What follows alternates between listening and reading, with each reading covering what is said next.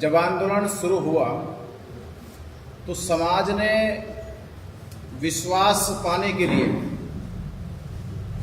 ये कहा कि जिस प्रकार पिछला आंदोलन कहते आए, ये आंदोलन पिछले आंदोलन की तरह खत्म नहीं किया जाएगा, बंद नहीं किया जाएगा। ये आंदोलन कोई संशोधन लेकर नहीं आएगा। इस आंदोलन का उद्देश्य बीटी एक्ट रद्द कराना है। जब तक बीटी एक्ट 1949 रद्द नहीं होगा तब तक ये आंदोलन हर परिस्थितियों में, हर समस्याओं में चलता रहेगा।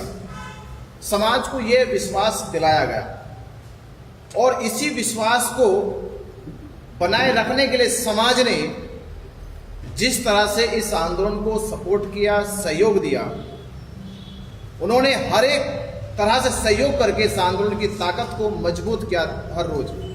और आंदोलन का परिणाम यह आया कि देश भर में आंदोलन खड़ा हो गया। हालात आज अभी ऐसे बने जो आप देख रहे 3-4 दिन से लगातार बोधगया से आंदोलन की जो अपडेट है देश में जा रही है, वो अपडेट आंदोलन को लेके समाज में एक शंका पैदा करने लगे कि आंदोलन का अब क्या हो। और कल तो हद हो गई जब ये निर्णय आया मीडिया के सामने और समाज ने, बौद्ध उपासकों ने, बौद्ध भिक्षुओं ने अपनी प्रतिक्रिया देना शुरू करी। कहने लगे क्या आंदोलन स्थगित हो गया, आंदोलन खत्म हो गया, आंदोलन बंद कर दिया गया। तो जो रोष हमने देखा, जो विरोध देखा, हमने कहा आंदोलन स्थगित नहीं किया गया है।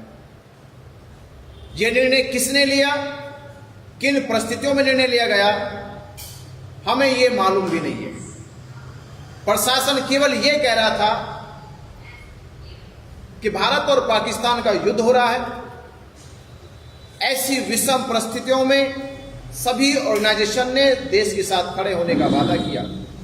हमने भी कहा हम देश के साथ हैं, देश की सुरक्षा के साथ है, हम अपने सेना के साथ है, जवानों के साथ है। पर हम गया प्रशासन से ये सवाल और पूछेंगे कि गया में पूरे देश से बुद्ध पूर्णिमा मनाने का आयोजन किया जा रहा 12 मई को, और 12 मई के प्रोग्राम की जो कॉल है वो धरना स्थल से दी गई। और देश भर के बौद्ध समाज, बौद्ध उपासक, बौद्ध भिक्षु 11 तारीख को ही 12 तारीख तक लाखों की संख्या में बोधगया पहुंच जाएंगे। प्रशासन कहता है कि धरना स्थल से ही सुरक्षा को कहीं ना कहीं बाधा हो रही है, देश की सुरक्षा में कहीं ना कहीं बाधा उत्पन्न हो रही है। धरना स्थल से केवल 3 किलोमीटर दूर पर ही कालचक्र मैदान है, जहां बीटीएमसी द्वारा हजारों लोगों का प्रोग्राम किया जाता है। हमने प्रशासन से कहा कि क्या प्रशासन को जो हजारों लोग बीटीएमसी में प्रोग्राम करने आ रहे हैं, क्या उनसे देश की सुरक्षा को नुकसान नहीं है? जब धरना स्थल से नुकसान है तो कालचक्र मैदान में जो बीटीएमसी द्वारा प्रोग्राम किया जा रहा है उससे नुकसान नहीं है। ये प्रशासन की मिली भगत थी। प्रशासन नहीं चाहता कि जो देश भर से बौद्ध उपासक, बौद्ध भिक्षु आ रहा है बोधगया में, वो जयंती के साथ साथ धरना स्थल को समर्थन देने आ रहा है। वो जयंती मनाने के साथ साथ जो हमने कॉल दी थी कि इस बार बुद्ध पूर्णिमा मनानी है बोधगया में, तो बोधगया में बुद्ध जयंती मनानी है, बुद्ध पूर्णिमा मनानी है, उसी के साथ साथ धरना स्थल को मजबूत करना, एक ताकत मिलनी है। और ये बड़ा निर्णय होने वाला था धरना स्थल से कि पूरे देश में एक बड़ा माहौल, एक बड़ी नेतृत्व के साथ ये आंदोलन खड़ा होता दिखाई दे रहा था। प्रशासन को लगा ये लाखों लोग धरना स्थल पे, हमारा वो वादा पूरा होने वाला था कि हमने प्रशासन से कहा था कि तुम्हारे रजिस्टर में हजारों लोगों की संख्या काउंट जो अभी तक हुई है वो लाखों काउंट होने वाली है। इसलिए सरकार ने, प्रशासन ने मिलकर हमारी एक जो हमारे इस आंदोलन का नेतृत्व कर रहे थे आकाश लामा जी, उनके साथ बैठक करके ये रातों रात ये धरना स्थल स्थगित करा दिया गया। और बाकायदा लामा जी ने, बनते प्रज्ञाशील ने, बनते सुनीतपाल ने और 2 लोग आदियों ने मिलकर डीएम को दे दिया लेटर कि हम ये धरना उठा रहे हैं, ये स्थगित कर रहे हैं। जबकि ना तो हमसे पूछा गया, बनते कर्णशील राहुल जी जो करीब 2 महीने से अपने 200 से ज्यादा श्रावणियों को लेकर धरने पे बैठे हैं और धरना बनाया जो उजड़ा हुआ था, जहां खाने की, रहने की, टॉयलेट्स की व्यवस्था नहीं थी, वो सभी व्यवस्था दुरुस्त करी, दुरुस्त व्यवस्था हुई। ये शंका पहले दिखाई देने लगी थी कि धरना कमजोर हो रहा है, तो भंते जी ने जब कमजोरी देखी, धरना कमजोर हो सकता, उसे मजबूत करने के लिए हमें क्या क्या करना चाहिए, वो सारे इंतजाम किए गए। ये बात हो सकता है कि हमें अंदरूनी पता नहीं लग रही थी कि ये बात जो है बनते प्रज्ञाशील को, आकाश लामा को पच नहीं रही थी कि धरना मजबूत हो। तो 25 मार्च से ही खुशखबरी आने वाली थी दिल्ली से, वो खुशखबरी नहीं आई।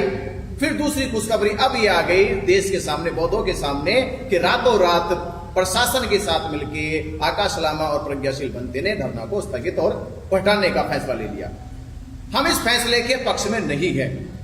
हमारा केवल ये सरकार से कहना था कि पहला तो सवाल ये था कि जब धरना उठाने की बात हो रही है, धरना स्थगित करने की बात हो रही है, ये धरना एक आदमी का नहीं है। इस धरने में देश का पूरा बौद्ध समाज, बौद्ध भिक्षु और सभी बौद्ध संगठन जुड़े हुए हैं, उनका सभी का सहयोग हर तरह से धरने को मिला। तो हमें 2-3 दिन पहले ये कॉल देना चाहिए था कि प्रशासन हमारे ऊपर ऐसा दबाव बना रहा है, हमें इस परिस्थितियों में क्या करना चाहिए। ये बौद्ध समाज, बौद्ध भिक्षु और बौद्ध संगठन निर्णय ले, हमें टाइम मांगना चाहिए था। और आज हम वो प्रशासन से कह रहे हैं हमें बुद्ध पूर्णिमा तक का टाइम मिलना चाहिए। पहले बुद्ध पूर्णिमा तक की हमें मोहलत मिले, क्योंकि पूरा बौद्ध समाज हमारा बौद्ध गया पहुंच रहा है, उनके साथ विचार विमर्श होगा। विचार विमर्श होने के बाद जो नतीजा निकलेगा, हम प्रशासन और देश के साथ हैं। हम भी चाहते हैं कि हमारे देश की लड़ाई अलग है, हमारे देश की जो लड़ाई है वो बॉर्डर की लड़ाई से बड़ी लड़ाई नहीं है, हम बॉर्डर की लड़ाई पे देश के साथ हैं। प्रशासन से हम यही गुजारिश करेंगे कि हमारी बात को भी सुना जाए, हमारी फीलिंग को भी समझा जाए, हमारी भावनाओं को समझा जाए कि ये आंदोलन हमारी विश्वास का, हमारी आस्था का आंदोलन है। अगर हम इस आंदोलन को खत्म कर देंगे तो हमारे विश्वास का क्या होगा, हमारी आस्था का क्या होगा, और वो जो हजारों लाखों लोग इस आंदोलन में सहयोग कर रहे थे उनकी भावनाओं का क्या होगा।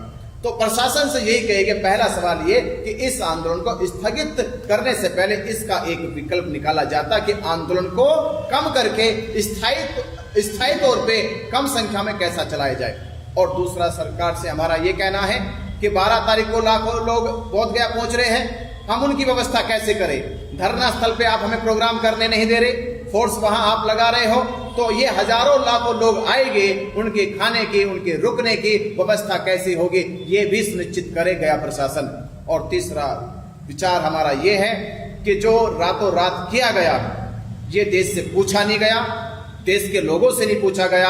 और हम बोध गया में थे, बनते कर्णशील राहुल बोध गया में थे, विलास खराज जी भी इस आंदोलन की लगातार देश भर में घूम घूम के लोगों को प्रेरित कर रहे थे, इनसे नहीं पूछा गया। और तमाम लोगों से हमारी बात दिल्ली के लोगों से हुई, महाराष्ट्र के कुछ लोगों से बात हुई, मध्य प्रदेश के लोगों से बात हुई, छत्तीसगढ़ के लोगों से बात हुई।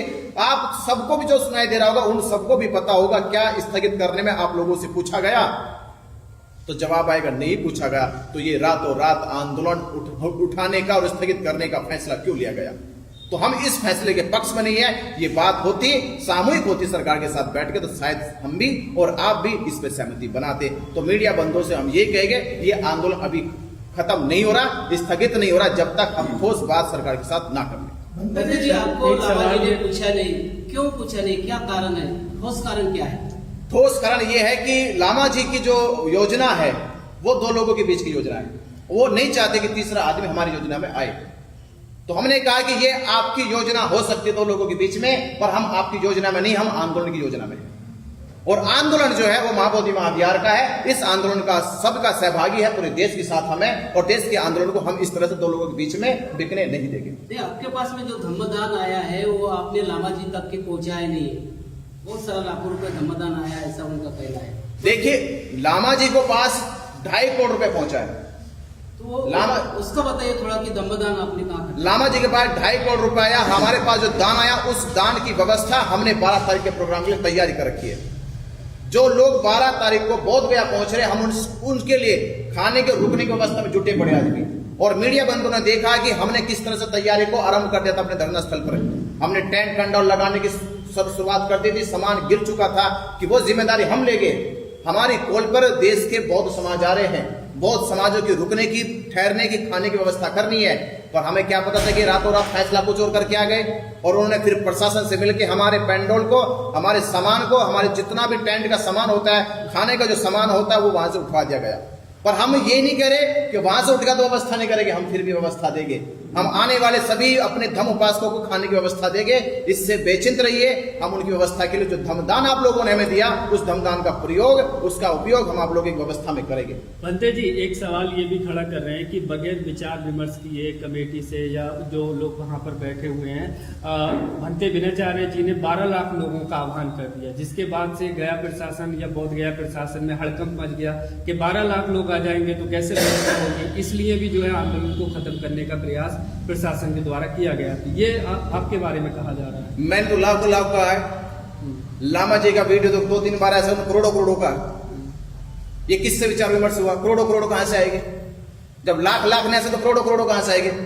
अगर करोड़ों करोड़ों का आह्वान किया जा सकता तो लाखों लाखों तो छोटा सा है। ये मनोबल का आह्वान होता है। समाज हमारा, जब हम संख्या काउंट करते हैं कि भारत में करोड़ों बुद्धिस्ट है, तो लाखों क्यों नहीं आ सकते? और लाखों का अगर डर प्रशासन को है, सरकार को है, तो फिर हमारी मान क्यों नहीं लेते? अगर उनको ये डर था कि लाखों लोग आ जाएंगे, लाखों लोग एक जगह इकट्ठा हो जाएंगे, तो हमारी मांग पूरी कर देते।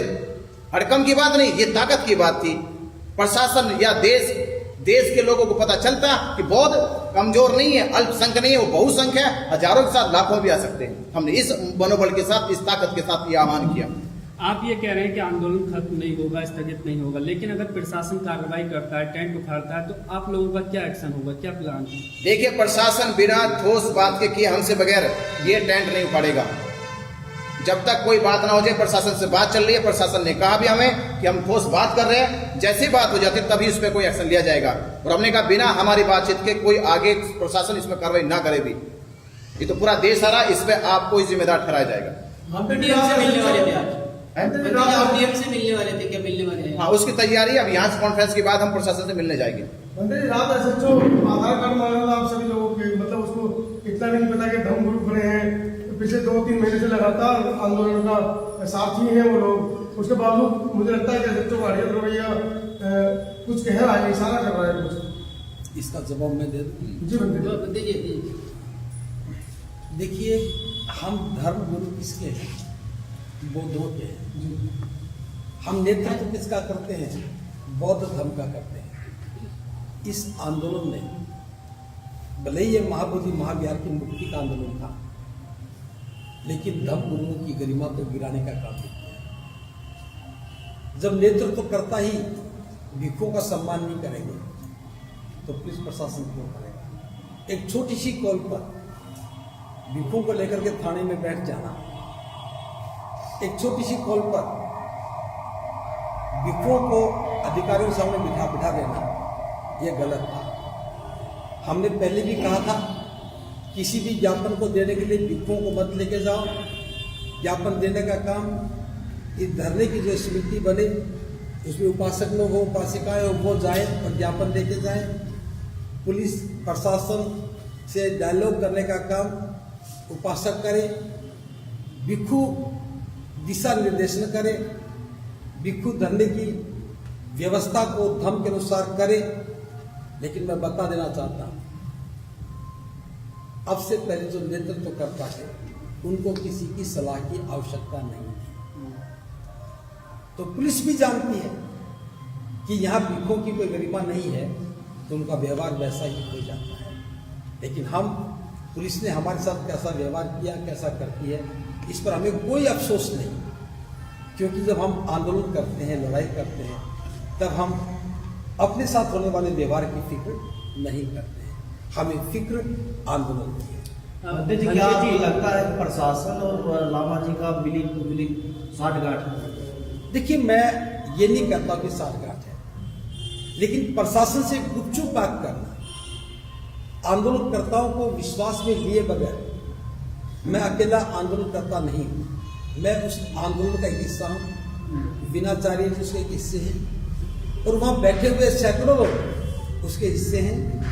हजारों लोग जो दूर बैठे हैं हमें आर्थिक सहयोग दे रहे हैं, यहाँ की व्यवस्था में जनबल जुटा रहे हैं, हमारे प्रति फिक्रमंद है, वो सब इस आंदोलन में शामिल हैं। और मैं कहना चाहता हूँ, जब कोई विषम परिस्थिति आती है, सामान्य परिस्थिति में नेतृत्वकर्ता निर्णय लेते हैं, सामान्य परिस्थिति में जो आंदोलन के मुखिया हैं वो फैसला करते हैं, लेकिन विषम परिस्थिति आती है तो उन्हें सबको पूछना पड़ता है।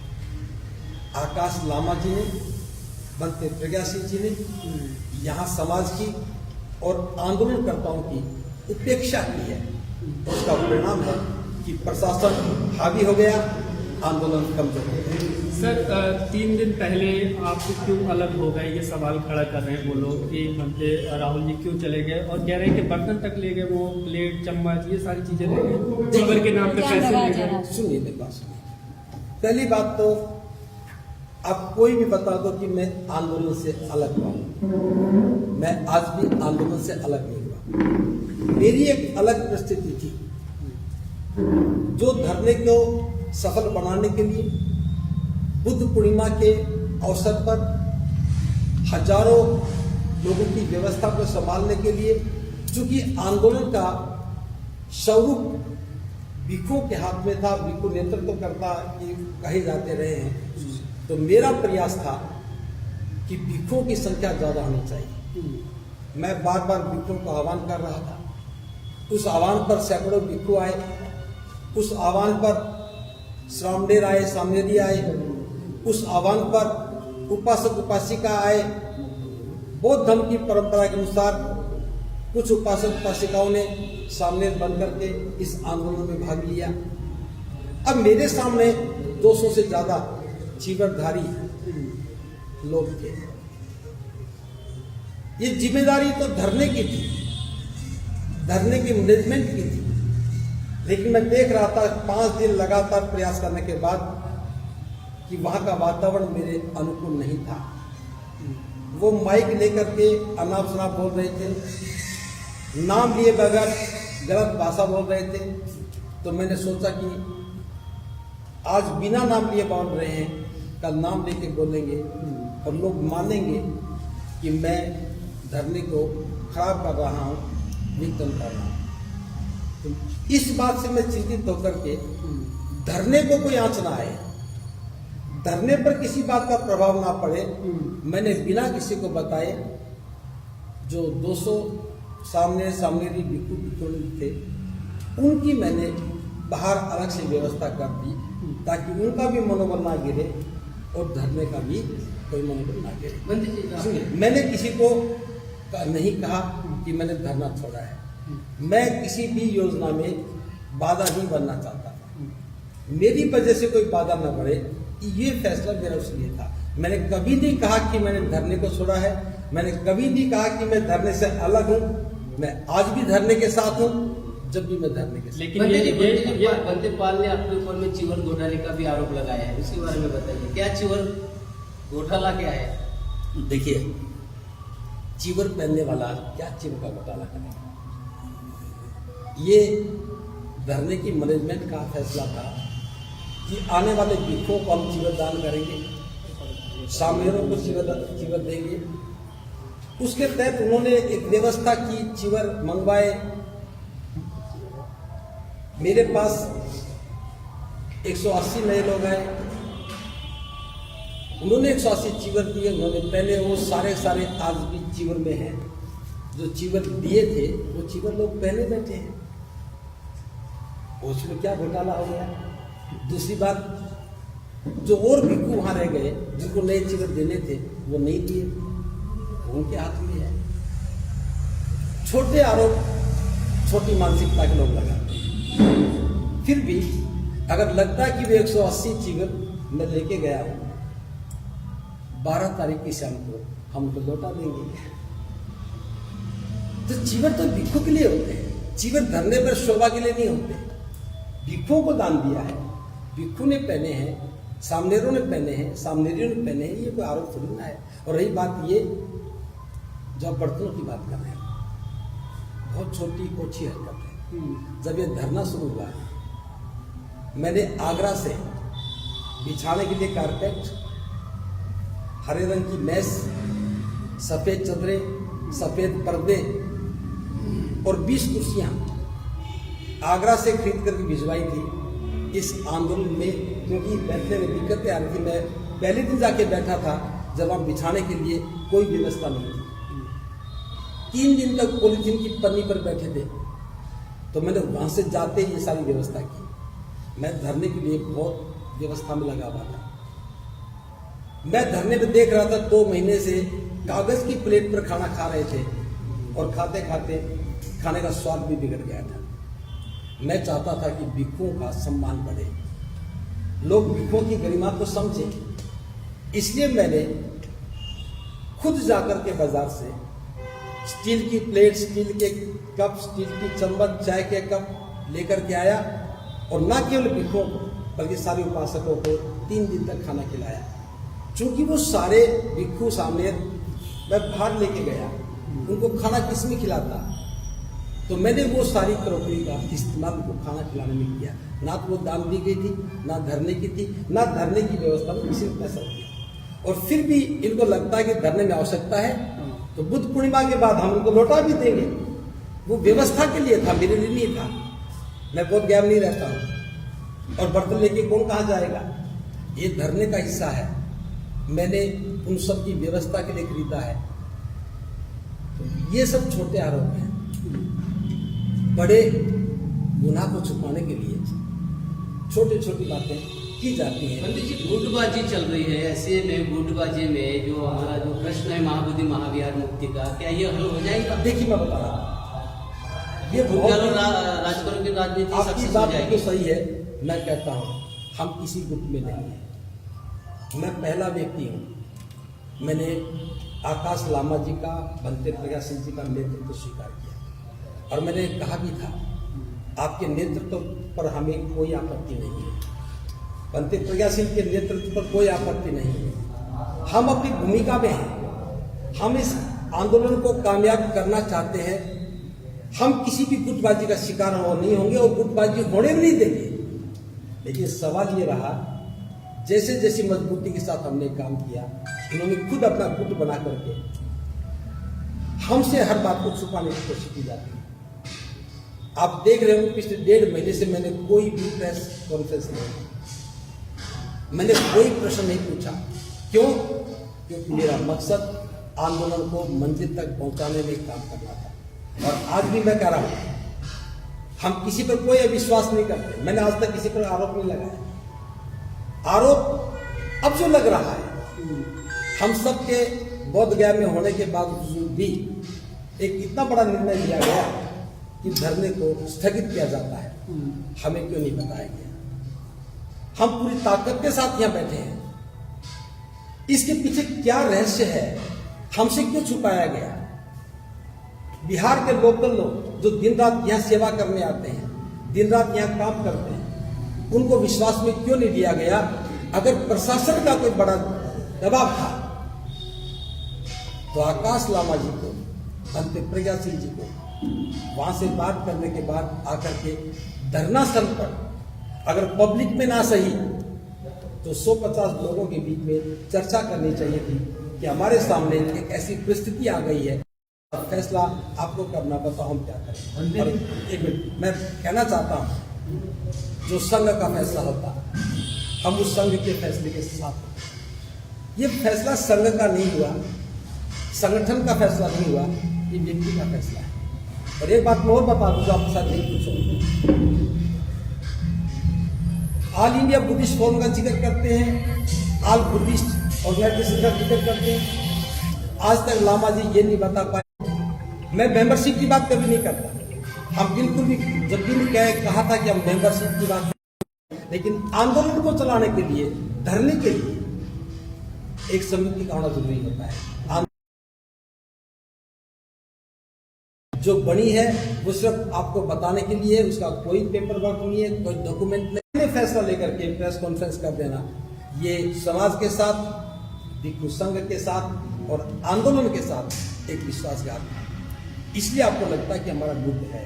मैं फिर कह रहा हूं, हमारा कोई गुट नहीं है। हम अलग से कोई काम नहीं करने वाले, हम अलग से कोई व्यवस्था की बात नहीं करने वाले। अभी तक भी हम उसी धरने के लिए काम करते रहे थे और आज उसी धरने के लिए काम करते रहेंगे। और मैं फिर कह रहा हूं, हमारे नाम से कोई अलग गुट नहीं होगा। तो आप सर धरना पे बैठेंगे वहाँ पे? अगला कदम क्या रहेगा? अगला कदम तो हम पहले देख ले दो, हम प्रशासन के पास जा रहे हैं, बात करेंगे। हम उन्हें कहेंगे कि बुद्ध पूर्णिमा तक कम से कम हमें सोचने समझने का अवसर दो। जो लाखों लोग आ रहे हैं, अभी आपने बल्कि विनय जी ये आपने आह्वान क्यों किया? कोई भी आह्वान आंदोलन कोई व्यक्ति कर सकता है। अब मैंने भी कहा सभी भिक्षुओं को आना चाहिए। क्या इसके लिए कोई परमिशन लेनी पड़ेगी? आंदोलन में हम रोज कहते थे सभी उपासकों को आना चाहिए। ये नीतिगत फैसले नहीं होते, ये उस धरने की शक्ति के कामयाबी के लिए कहा जाता है। इन्होंने कहा 12 लाख आएंगे, ये कहते 12 करोड़ भी आएंगे, तो उसमें कोई एफआईआर दर्ज होती है क्या? राजनेता कार्यक्रम करते हैं तो लाखों लोग आएंगे और आते सैकड़ों। ये पब्लिक ओपिनियन रहती है, पब्लिक में मैसेज देना होता है। और ये सब किसके लिए थे? क्या इन्होंने ये कहा कि मेरे लिए आओ? मैंने जब भिक्षुओं से आह्वान किया तो क्या मैंने कहा कि मेरे लिए आओ? मैंने मार्च के महीने में ही कहा था सारे भिक्षुओं को इस बार बुद्ध पूर्णिमा बुद्ध विहार मनानी चाहिए। तो ये सारे आह्वान धरने को ताकत देने के लिए थे, किसी व्यक्ति के लिए नहीं थे। मेरे महंते जी, आपका प्रेस वाले को 11 घंटा थाना में बंद करके रखा गया। उस पे अंतानी जी आपसे पूछते हैं तो फिर रात में प्रेस के साथ में यहाँ के थाना अध्यक्ष बदतमीजी करते हैं और उनका पेपर हैं, इसलिए कि वो परिचित भी हैं। इसका क्या लग रहा है आपका पत्रकार? जैसा लामा जी संघ ने पूछा था, उन्होंने बताया कि हमने प्रयास किया है और हमने उस सिचुएशन को हैंडल किया है। अब मुझे ज्यादा नहीं पता कैसे हैंडल किया है। मंदिर जी वहाँ धरना स्थल पे बैठना शुरू करेंगे? हम धरना स्थल पे ही बैठे हैं, बाहर कहाँ है? थोड़ा सर को बोले एक मिनट माइक दीजिए थोड़ा सा। थोड़ा सा पीछे बस तो वही रख दीजिए, वही टेबल पे रख दीजिए। थोड़ा सा आवाज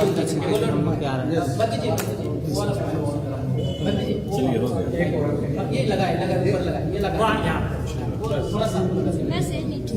अरे वहीं लगा दो। अरे नीचे नीचे ठीक है, आ जाएगा। चलो हो गया, ठीक है। पूछो। हाँ ठीक है सर, थोड़ा सा जो नागपुर से जो लाखों की संख्या में लोग आने वाले थे, स्पेशल ट्रेन भी छुड़ी थी मगर उसको अभी कैंसिल कर दिया। क्या बताएं, क्या जानकारी आपके पास? पिछले सप्ताह ये खबर आई कि इंटरनेशनल फ्लाइट भी बोध गया के लिए कैंसिल कर दी गई है। अक्टूबर माह तक तो दुश्मन साजिश करेगा ही, क्योंकि ये इंटरनेशनल प्लेस है और ये इशू केवल बिहार का इशू नहीं है, ये भी अंतर्राष्ट्रीय इशू है और कई वर्षों से ये पेंडिंग है और इसका समाधान होना जरूरी है। और इसलिए जो भी एफर्ट्स करने पड़ेंगे इस आंदोलन को सफल करके हम लोग उठेंगे। ये जो बातें अब उचित नहीं है इस समय बोलना, हम लोग उनसे डिस्कशन करके बाहर गए थे कि कितने दिन तक हम यहाँ बैठे रहेंगे। ये आंदोलन देशव्यापी आंदोलन बन गया है क्योंकि केवल सोशल मीडिया पर नहीं होना चाहिए। अगर इसका रिजल्ट लाना है तो अलग अलग राज्यों में सभाएं करनी होगी। हम लोगों ने 5 और 6 तारीख को मुंबई और नागपुर में जनसभा का आयोजन किया, उनका नाम भी डाला। बाद में उनका वीडियो आया कि 5 तारीख को इधर ही कार्यक्रम आयोजित किया है, कॉल किया आ जाओ। हमने उनसे बात किया, क्यों ऐसा किया? नहीं, मुझे प्रेशर डाला जा रहा है। हमने उस पर कोई आपत्ति नहीं जताई। फिर बाद में बनते प्रज्ञाशील के द्वारा व्हाट्सएप पर मेरे और विनयाचार्य जी के खिलाफ मैसेज फैलाए गए और हमने देखे। और हमारे लंदन के साथी थे गिरदी जी, मैंने उनको कहा हमारे मुंह में भी जबान है, हम बोल सकते हैं मगर बड़ा कॉज को ध्यान में रखकर हम अभी बोल नहीं रहे। तो उन्होंने कहा मैं समझा देता हूँ। तो पीठ पीछे बोलना ये मित्रता नहीं होती है। शत्रुता भी करना है तो खुले तौर पर करो। तो अभी ये उचित समय नहीं है, मगर ये बात तो एकदम सही है कि ये एक व्यक्ति का आंदोलन नहीं है, एक व्यक्ति का मकसद नहीं है, ये पूरे समाज का इसमें इन्वॉल्वमेंट है, विभिन्न ऑर्गेनाइजेशन इसके अंदर इन्वॉल्वमेंट है। तो सबको विश्वास में लेकर फैसले लेना चाहिए। अपने व्यक्तिगत ईगो के लिए तो ये मंच नहीं है। और बौद्ध धर्म का काम अगर करना है तो घृणा और अहंकार को छोड़कर ही तो करना पड़ेगा। सर, आपके ऊपर में भी एलिगेशन लगाया जा रहा है कि जो धर्मदान महाराष्ट्र ने आपने जमा किया है वो यहाँ तक नहीं पहुँचा है। मेरे पास कोई लाखों का आंकड़ा है। नहीं, बराबर है। मैंने कोई धम्मादान नहीं लिया है और मैंने ऐसा कोई कॉल भी नहीं किया है कि इस अकाउंट पर भेजा जाए। हम लोग जो 12 मई को जो कार्यक्रम कर रहे हैं, इस कार्यक्रम को एफर्ट्स कर रहे हैं बहुत ज्यादा, अलग अलग राज्यों में जाकर। देखो, सार्वजनिक जीवन में आरोप लगाना, प्रत्यारोप करना, ये स्वाभाविक बात है। बड़ा मकसद जिनके दिमाग में है वो अपनी कृति से उसको जवाब देंगे। क्या हम लोगों ने मैदान छोड़ा है? क्या हम लोग उनसे गुपचुप तरीके से मिल रहे हैं? बड़ी गजब की बात है। बीटी एक्ट रद्द होना चाहिए, यही तो डिमांड है। और बीटीएमसी क्या है? बीटीएमसी एक पार्टी है, तो बीटीएमसी के साथ गुपचुप तरीके से मीटिंग करना ये कौन सी नैतिक बात है? बीटीएमसी के लोगों के साथ डिस्कशन कर रहे हो। आकाश लामा बार बार मंच पर ये कह रहे थे कि विलास के रात 70 लाख रुपए आंदोलन के नाम पे पी गए, तो मैं उसको लीगल नोटिस भेज दूंगा। मतलब अगर आकाश लामा एक बाप की औलाद है, उसको कोर्ट में आना पड़ेगा, कोर्ट में जवाब देना पड़ेगा। ये बेतुकी बातें करना उस व्यक्ति को शोभा नहीं देता है जो अगर मित्र कह रहे हैं, आंदोलन के साथी कह रहे हैं, तो उनको ये बातें शोभा नहीं देती है। उनके बैंक अकाउंट सील हो गए हैं। हाँ। इस पर क्या कहेंगे? तो बुद्ध का सिद्धांत है, जैसे कर्म वैसे फल। वो उनको जवाब देना पड़ेगा, क्यों हुआ, क्या हुआ, कैसे हुआ, इसकी तहकीकात अभी हम नहीं कर सकते। ऑनलाइन पेमेंट का तो हवाला दे रहे हैं, लेकिन जो नगद पैसा आ रहा है उसके बारे में कोई चर्चा नहीं कर रहे। तो ये बात कल से समाज खड़ी कर रहा है कि हमने पैसा दिया आंदोलन चलाने के लिए, समझौता करने के लिए नहीं दिया। स्वाभाविक बात है। सर, समाज के बीच में कंफ्यूजन की स्थिति है, तो कि स्थगित हो गया या नहीं होगा, तो लोगों को क्या करना चाहिए? आना चाहिए या नहीं आना चाहिए? आंदोलन स्थगित नहीं हुआ है, आंदोलन जारी है, क्योंकि इसमें सभी लोगों का राय मशवरा नहीं लिया गया। और 12 तारीख को वो खुद कह रहे हैं कि काल चक्र में हम चैंटिंग करेंगे, तो ये कौन सी बात हुई? तो कार्यक्रम होने वाला है, देश भर के लोगों को यहाँ आना है, महामानव शाक्य मुनि तथागत बुद्ध को अभिवादन करना है, और आगे की रणनीति आज शाम तक पता चलेगी। हाँ।